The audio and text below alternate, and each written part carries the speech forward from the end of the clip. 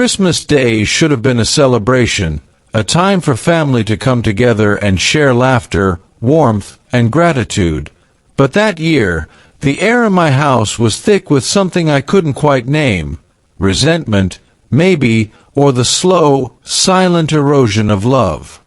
I'd spent the morning in the kitchen, basting the turkey, setting the table with the good china, and making sure every detail was perfect, just as Susan liked it.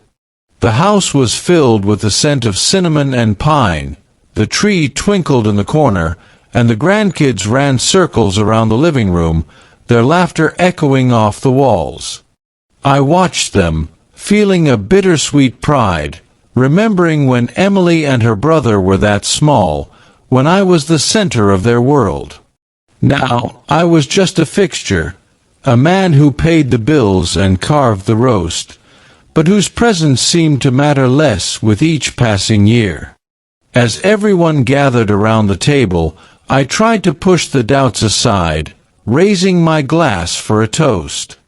"To family," I said, my voice steady, but before I could finish, Emily cut in, her voice sharp and cold. "To real family," she said, glancing at her husband's father, who sat across from me, beaming. "To the men who actually show up, who listen, who care. My father-in-law is more of a father than you'll ever be." The words hit me like a slap, and for a moment, the room went silent. I saw Susan's eyes flicker with embarrassment, my son-in-law shift uncomfortably, and the grandkids look up, confused. I tried to laugh it off, to make a joke, but my hands were shaking. I looked at Emily, searching her face for some sign that she didn't mean it, that this was just a cruel joke, but all I saw was a wall of resentment I couldn't break through. The rest of dinner passed in a blur. I barely tasted the food, barely heard the conversation, my mind replaying Emily's words over and over. After dessert, I slipped away to my study, closing the door behind me and sinking into my chair. I stared at the family photos on the wall, birthdays, graduations, Christmases past, and wondered where I had gone wrong.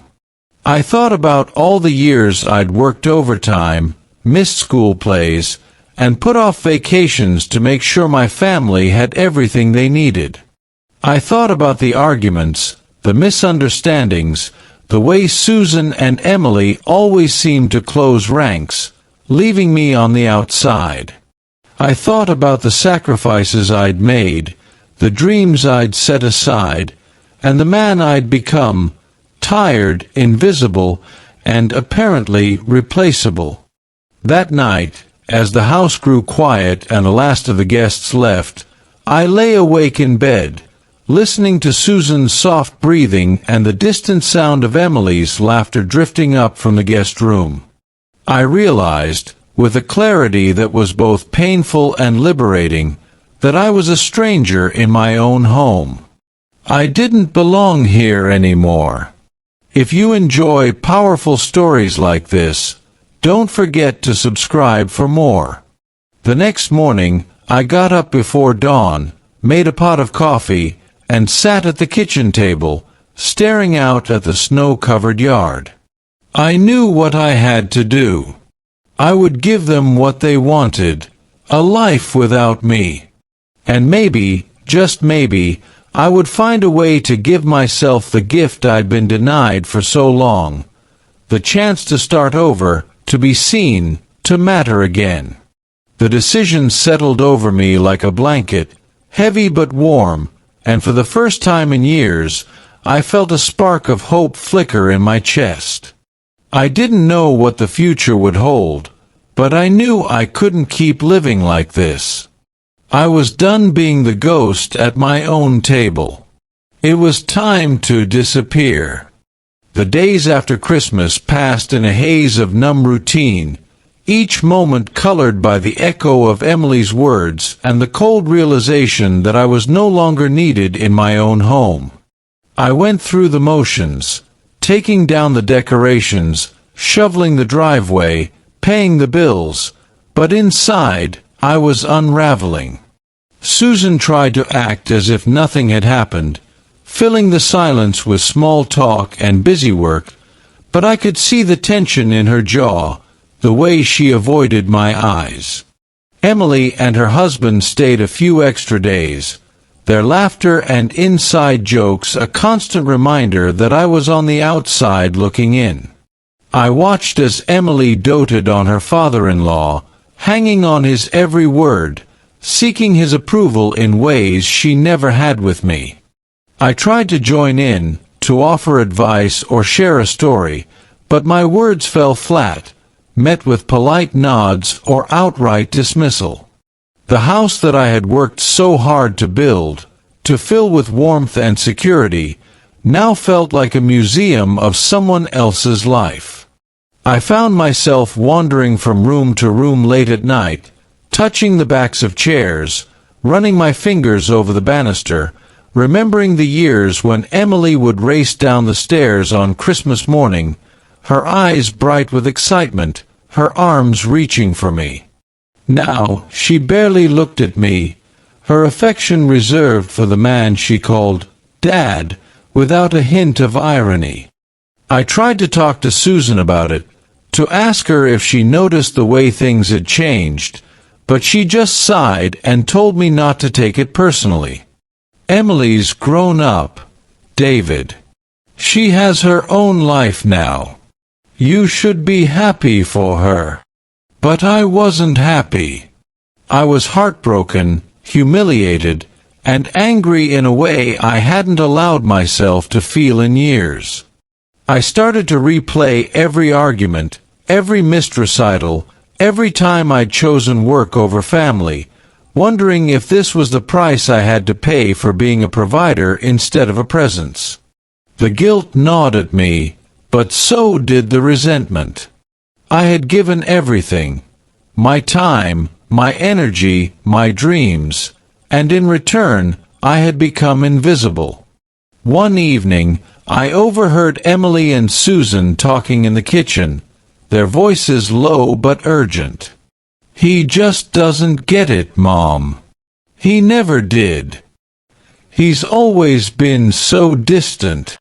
Susan's reply was muffled, but I caught enough to know she was defending me, or at least trying to. It didn't matter. The verdict had already been delivered, and I was found wanting. That night, I sat in my study, staring at the for sale listings online, my heart pounding as I realized what I was about to do. I made a list of everything I would need to take, everything I would leave behind. I started packing boxes in the garage, moving slowly, methodically, as if each item I wrapped was a piece of my old life being put to rest. I met with a realtor the next day, my voice steady as I explained that I wanted to sell quickly, no fuss, no drama. She looked at me with a mixture of sympathy and surprise, but I didn't care. I was done living for other people. I was done waiting for someone to notice me, to appreciate me, to love me for who I was. The decision was made, and for the first time in a long time, I felt a sense of control, a sense of purpose. I was going to disappear, to start over, to give myself the gift of freedom. I didn't know where I would go or what I would do, but I knew I couldn't stay here, not another day, not another Christmas. The house, the family, the life I had built, it was all just a shell now, and I was ready to walk away. The tension in the house grew unbearable as the new year approached, every interaction with Susan and Emily feeling like a performance I was no longer willing to give. I watched as Susan busied herself with plans for the future, remodeling the kitchen, booking a family vacation, talking about grandkids, never once asking what I wanted or how I felt. Emily and her husband packed up their gifts and left for their own home, but not before Emily gave me a perfunctory hug and whispered, "Try to be happy for us, Dad." The words stung, a final twist of the knife, and I realized that my role in her life had been reduced to little more than a footnote. I spent hours in my study, sorting through old photographs and letters, trying to pinpoint the moment when things had changed, when I had gone from being her hero to being a stranger. The memories were bittersweet: birthday parties, camping trips, late-night talks about her dreams, but they felt like relics from another life. I found myself growing resentful, not just of Emily and Susan, but of myself for letting it happen, for believing that sacrifice alone was enough to earn love. One evening, I overheard Susan on the phone with her father, laughing about how David just doesn't get it, but at least we have each other. The humiliation was complete. I realized I was no longer needed, no longer wanted, and that staying would only make things worse for everyone. The decision to leave solidified in my mind, not out of anger, but out of a desperate need to reclaim my dignity.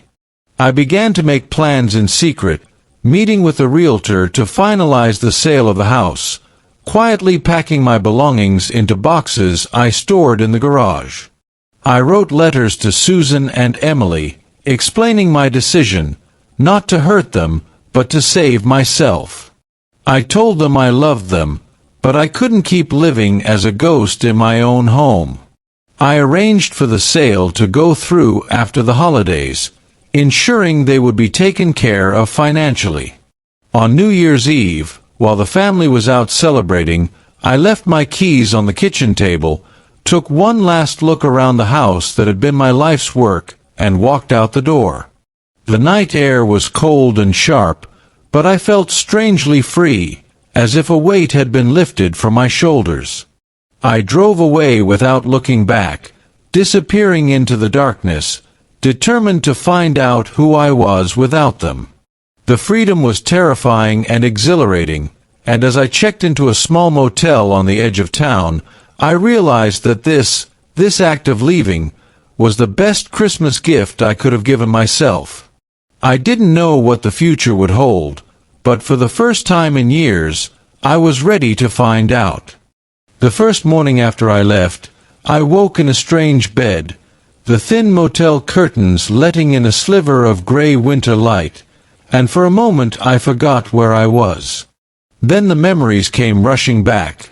Emily's words, Susan's laughter with her father, the cold finality of locking the door behind me, and I felt both a pang of loss and a strange, quiet relief.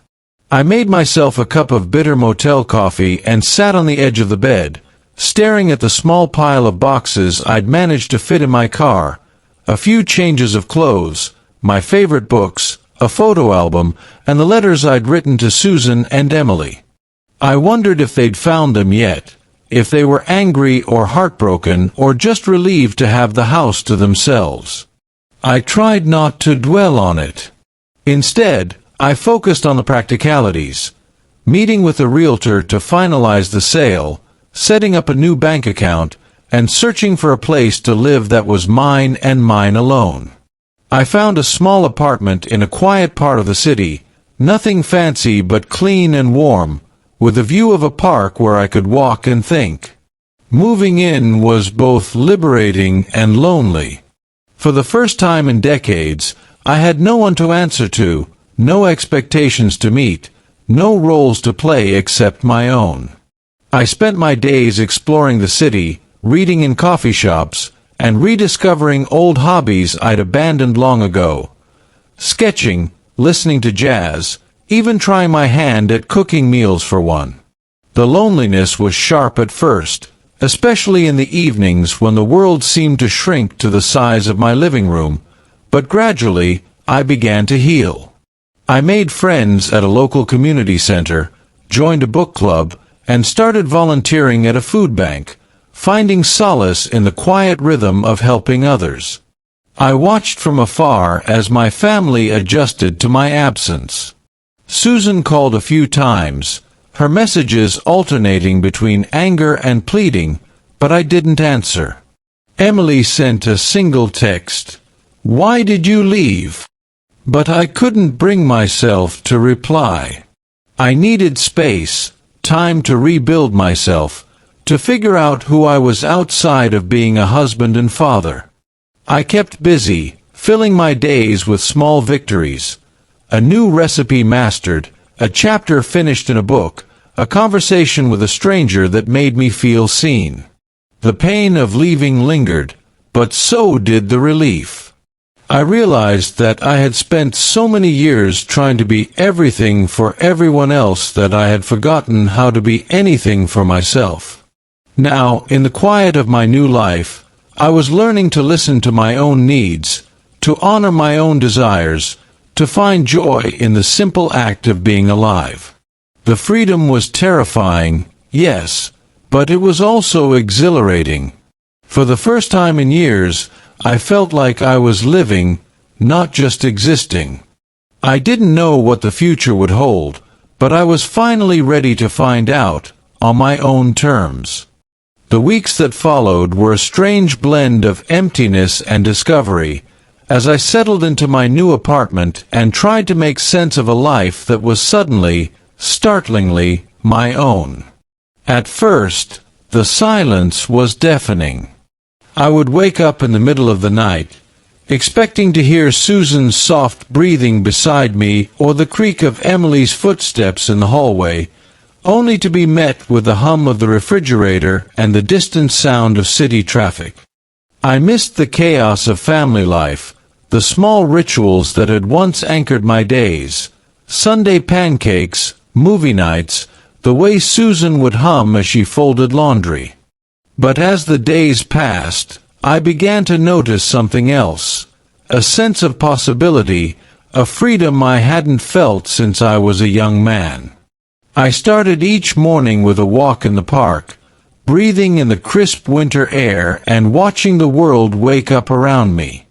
I found a favorite coffee shop, where the barista learned my name and my order, and I spent hours reading, writing in a journal, and sketching the people who passed by. I joined a community center, signing up for a woodworking class and volunteering at the food pantry, where I met people from all walks of life, retirees, single parents, college students, each with their own story of loss and resilience. Slowly, I built a new routine, one that was mine alone. I cooked meals for myself, experimenting with recipes I'd never had time to try, and discovered that I actually enjoyed the quiet satisfaction of a well-prepared dinner eaten by candlelight. I reconnected with old friends, men I hadn't seen in years, and we shared stories over beers, laughing about the follies of youth and the surprises of middle age. I even started dating again, cautiously, meeting a kind woman named Linda at the book club who shared my love of mystery novels and long walks. We took things slow, both of us wary but hopeful, and I found myself looking forward to our conversations, the easy way she made me feel seen and heard. All the while, I kept an eye on my family from a distance. I heard through mutual friends that Susan was struggling to manage the house on her own, that Emily was having a hard time balancing work and her new marriage, that the absence I'd left behind was more profound than they'd expected. I felt a pang of guilt, but I reminded myself that this was the space we all needed to grow. I wrote in my journal about forgiveness, not just for them, but for myself, and about the courage it took to walk away from a life that no longer fit. The pain of leaving was still there, a dull ache that flared up in quiet moments, but it was tempered by the knowledge that I was finally living honestly, no longer pretending to be the man they wanted me to be. I was learning, day by day, to be the man I wanted to be, and that, I realized, was the best Christmas gift I could have given myself. Back at the old house, my absence was felt in ways I could never have predicted, and the ripples of my decision began to spread through my family like cracks in a frozen pond. Susan, who had always seemed so composed and in control, was suddenly faced with the reality of managing everything on her own. The mortgage, the repairs, the endless little tasks I'd handled without fanfare, all of it now fell squarely on her shoulders. I heard from a neighbor that the gutters overflowed after the first big rain, that the furnace went out and Susan had to call 3 different repairmen before someone finally fixed it. Emily, meanwhile, was struggling in her own way. Without me there to quietly pick up the slack, she found herself leaning more on her husband and, ironically, on her father-in-law, the very man she'd once praised at my expense. But the shine wore off quickly. The man who had seemed so perfect at Christmas turned out to be less patient, less generous, and far less interested in the day-to-day realities of family life than Emily had imagined. I learned through the grapevine that there were arguments, that Emily felt unsupported, and that she began to realize how much I had done for her, not just as a provider, but as a steady, if sometimes silent, presence in her life. Susan tried to reach out to me several times, leaving voicemails that ranged from angry to pleading, but I let them go unanswered. I needed space, and I needed them to feel the consequences of their words and actions. I focused on my new life, throwing myself into volunteer work and deepening my friendship with Linda, who became a source of comfort and encouragement. We spent weekends exploring the city, trying new restaurants, and attending concerts in the park. For the first time in years, I felt seen, valued, and respected for who I was, not just for what I could provide. Still, there were moments when the loneliness crept in, holidays, especially, or when I saw a father and daughter laughing together in the park. I wondered if Emily missed me, if she regretted what she'd said, or if she was too proud to admit she'd been wrong. I resisted the urge to check her social media, to reach out, to break the silence. Instead, I wrote letters I never sent, pouring out my feelings in the hope that one day she might understand. The house sold quickly, and Susan and Emily were forced to move into a smaller place, downsizing their lives in ways that must have felt like a loss. I felt a pang of guilt, but also a sense of justice. This was the reality of a world without me, and maybe, just maybe, it would help them see the value of what they'd taken for granted. As spring approached, I found myself looking forward to each new day, grateful for the chance to start over, to build a life on my own terms.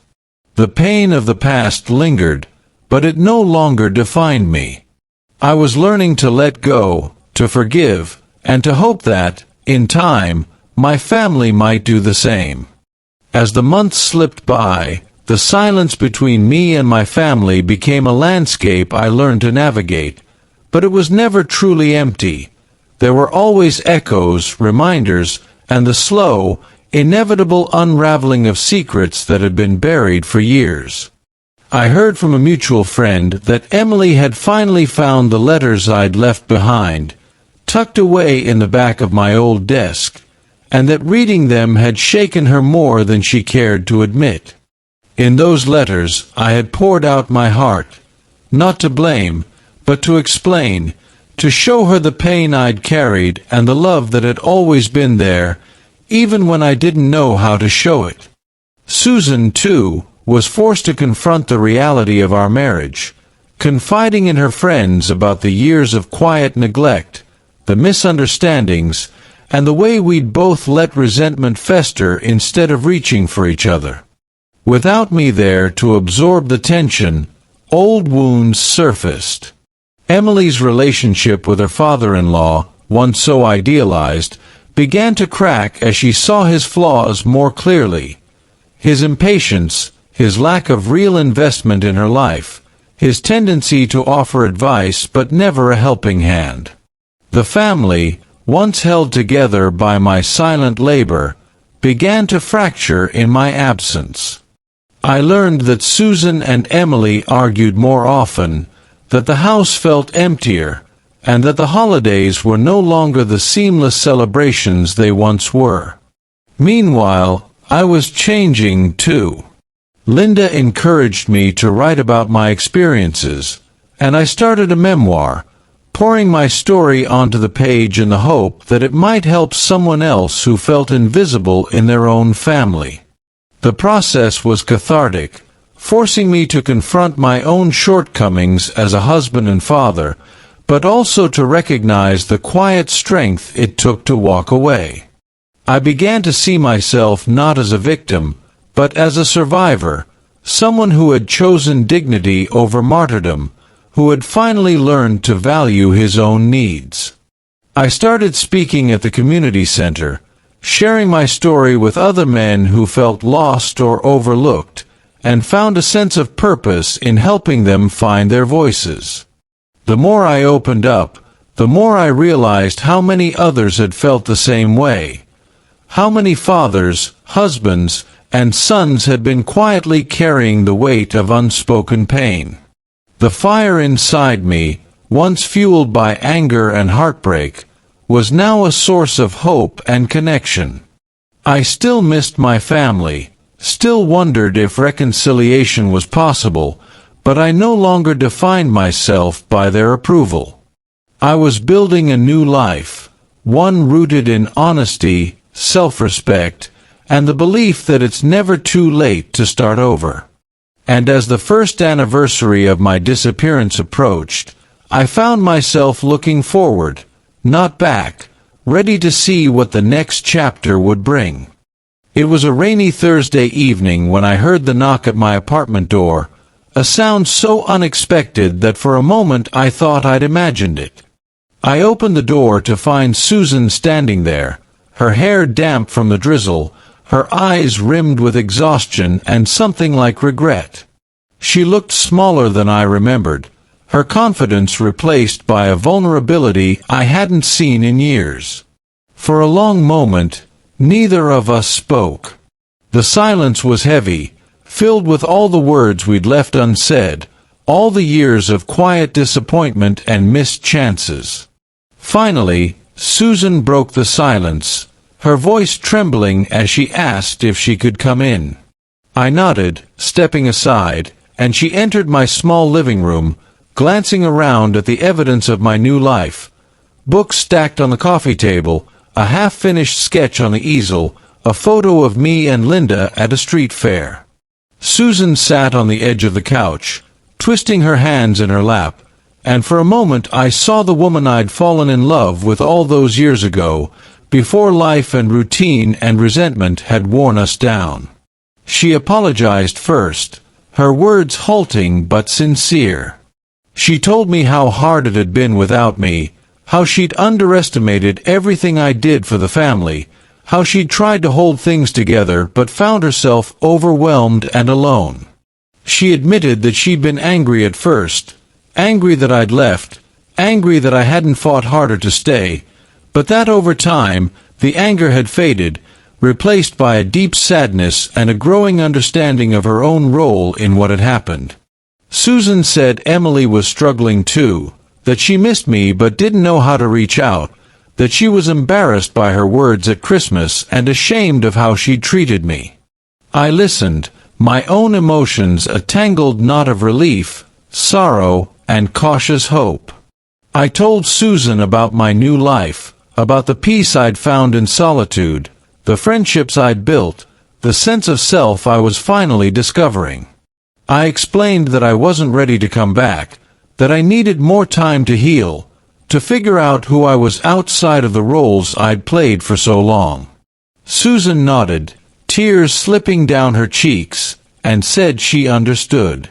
She asked if we could try to rebuild, not as husband and wife, but as two people who once loved each other and still cared enough to want the best for one another.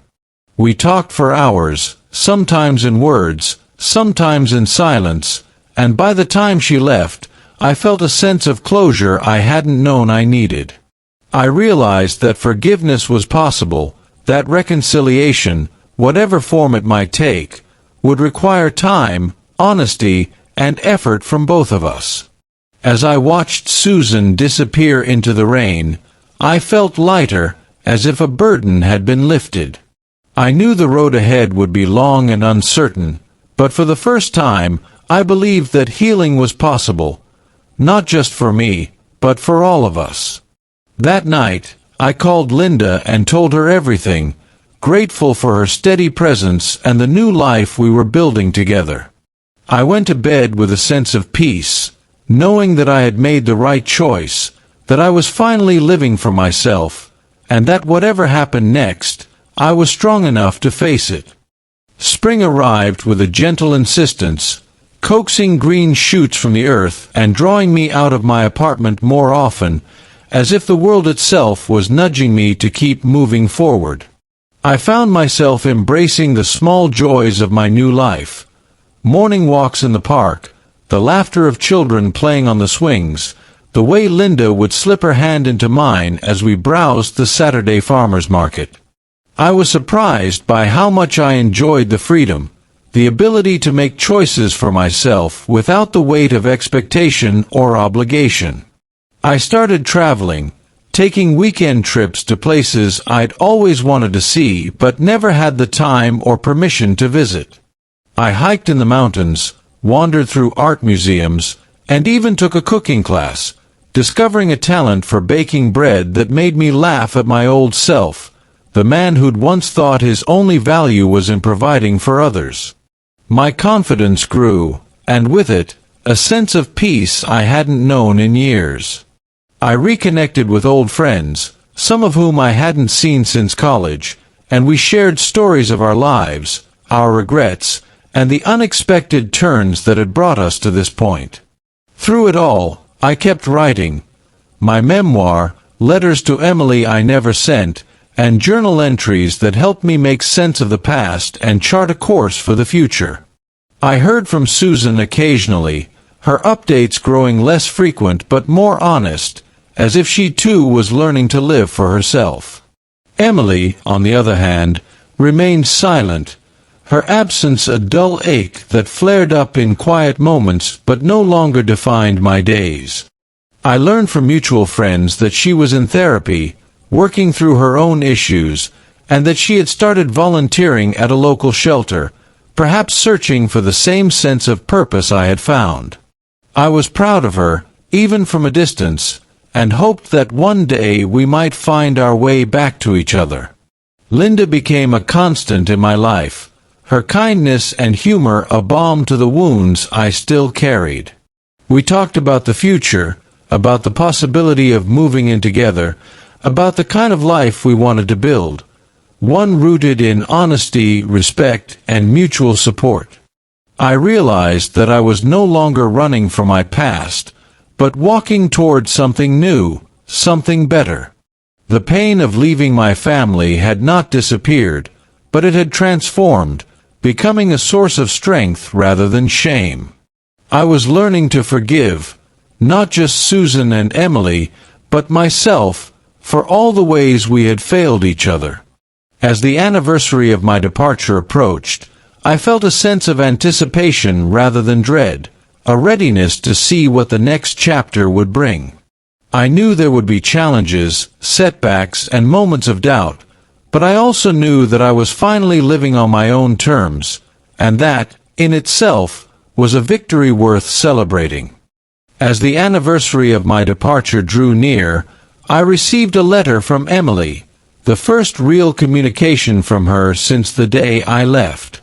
The envelope was thick, her handwriting careful and unfamiliar, as if she'd rewritten it a dozen times before sending. I sat at my kitchen table, sunlight streaming through the window, and read her words slowly, letting each sentence settle in my chest. Emily wrote about the pain and confusion she'd felt after I disappeared, how angry she'd been at first, convinced I was punishing her and Susan for things she didn't understand.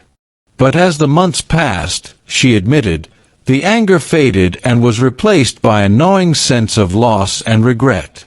She described the emptiness of the house without me, the way holidays felt hollow, and how her relationship with her father-in-law, once so perfect in her eyes, had become strained and distant.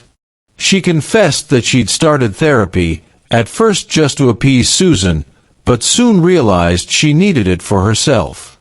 Through those sessions, she began to see the ways she'd taken me for granted, the sacrifices I'd made, and the love I'd shown in my own quiet, imperfect way.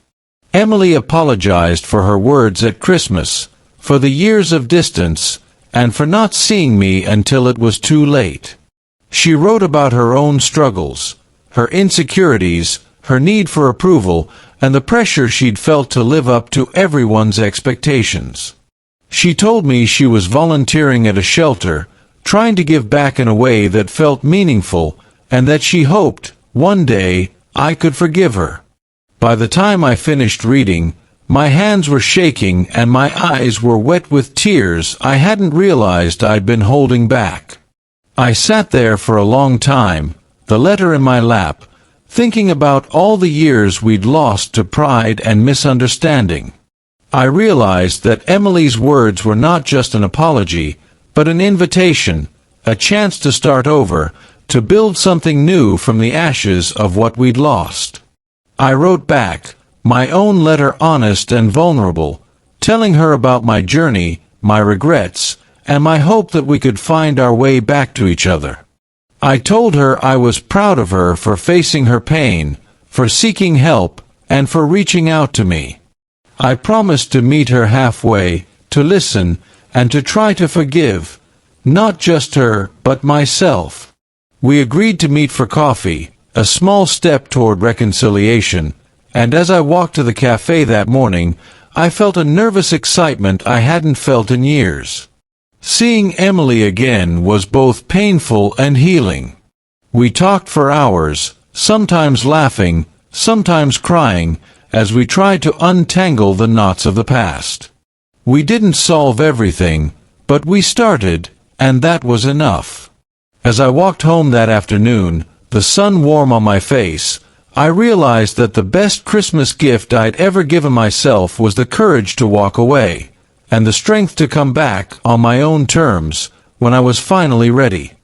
The weeks after my reunion with Emily felt like a slow, careful thaw after a long winter, each conversation a tentative step across ice that might crack at any moment. We met for coffee every Saturday, sometimes in the same cafe, sometimes in a park or at the library, always choosing places where we could talk without the weight of the past pressing in from the walls of our old home. At first, our conversations were awkward, full of pauses and nervous laughter, but gradually we found a rhythm. Emily asked questions about my new life, about Linda, about the things I'd learned since leaving. I told her about the peace I'd found in solitude, the joy of rediscovering old hobbies, and the unexpected comfort of building a life that was truly my own. She listened, sometimes with tears in her eyes, sometimes with a smile, and she shared her own journey, her struggles in therapy, her efforts to repair her marriage, her growing understanding of the ways she'd hurt me and herself. We talked about Susan, too, and the changes she'd made, the ways she was learning to stand on her own 2 feet. Emily admitted that she'd been angry at both of us for a long time, blaming us for her own unhappiness, but that she was finally starting to see us as people, not just parents. I told her that I'd made mistakes too, that I'd let my pride and my need to provide get in the way of real connection, and that I was sorry for the times I'd been distant or distracted. We laughed about old memories, her disastrous attempt at baking cookies when she was 10, the camping trip where it rained for 3 days straight, and we mourned the moments we'd lost to silence and misunderstanding. Each meeting felt like a small victory, a brick laid in the foundation of something new and fragile but real. Linda was supportive, encouraging me to keep reaching out, reminding me that forgiveness was a process, not a destination. I found myself looking forward to Saturdays, to the chance to see Emily not as the daughter who had hurt me, but as a woman trying to heal and grow, just as I was. As summer turned to fall, Emily invited me to her new apartment for dinner. The meal was simple: pasta, salad, a store-bought pie, but it was the best I'd tasted in years, flavored with laughter and the quiet relief of being together again. We talked late into the night, and as I left, Emily hugged me tightly, whispering, "Thank you for coming back, Dad." I walked home under the stars, feeling lighter than I had in years, grateful for the second chance we'd given each other. I knew there would still be hard days, moments of doubt and pain, but I also knew that we were both stronger now, more honest, more willing to fight for the relationship we wanted.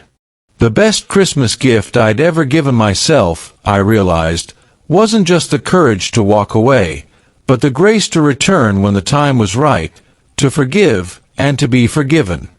The second Christmas after I left arrived with a quiet sense of anticipation, the kind that comes not from expecting gifts or grand gestures, but from knowing that something real and hard-won is waiting on the other side of the door. Emily called me in early December, her voice steadier than I'd ever heard it, and invited me to Christmas dinner at her new apartment.